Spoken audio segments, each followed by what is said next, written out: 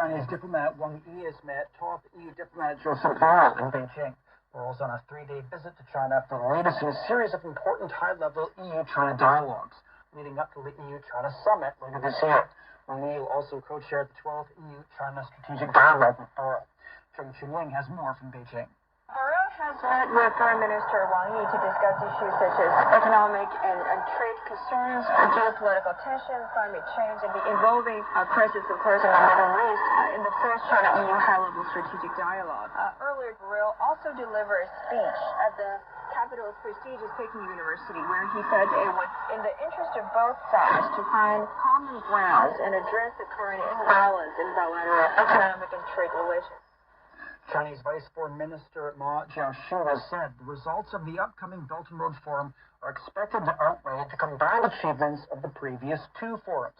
Ma described the forum as the most important diplomatic event that China hosts this year and also the grandest event to mark the 10th anniversary of the Belt and Road Initiative.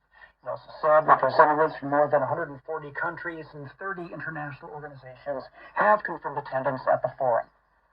China's September trade figures improved slightly as the trade volume reached a new monthly high for this year. Official data also shows that exports from China in September rose by 0.6% from a year ago. So big as well.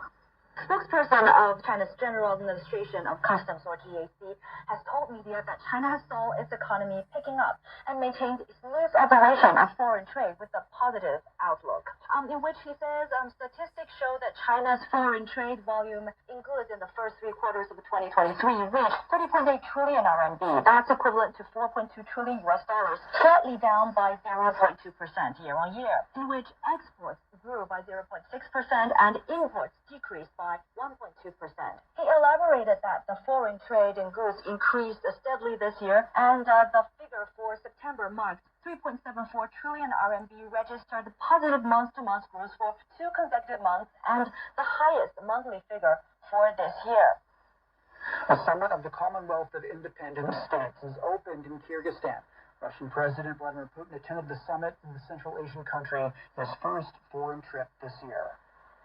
The Secretary General of the Arab League has called on the United Nations to prevent Israel's plan to forcibly transfer the people in the Gaza Strip.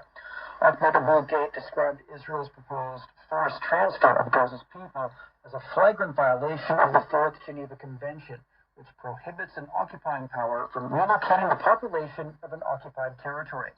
The call came after the Israeli military instructed nearly half of Gaza's 2.3 million residents to move to the southern region in anticipation of an operation against the Palestinian Islamic Resistance Movement.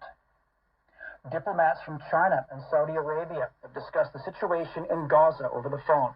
China's Middle East envoy told the Saudi Deputy Foreign Minister for Political Affairs that the two-state solution will help defuse the Israel-Palestine conflict.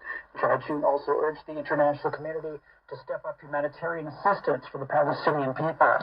Saud bin Mohammed Al Saudi expressed his appreciation for China's stance on Palestine, saying the issue should be resolved within UN resolutions and peace plans, including the Arab Peace Initiative.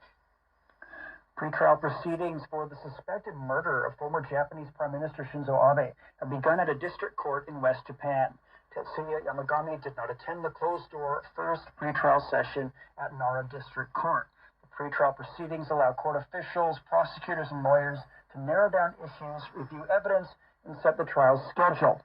The defendant's first trial hearing is expected next year at the earliest. Steve Scalise has withdrawn from his bid for U.S. House Speaker after failing to win enough votes. He became the Republican nominee for the job in a closed-door vote on Wednesday. The U.S. Congress has been going without a leader since the historic ouster of Kevin McCarthy over a week ago. China Media Group has held a seminar on one of its flagship programs related to high-level interviews. Launched 1 year ago, Leaders Talk has aired nearly 50 episodes featuring exclusive interviews with senior foreign politicians and leaders of major international organizations. That's the news. I'm Shin Bigham.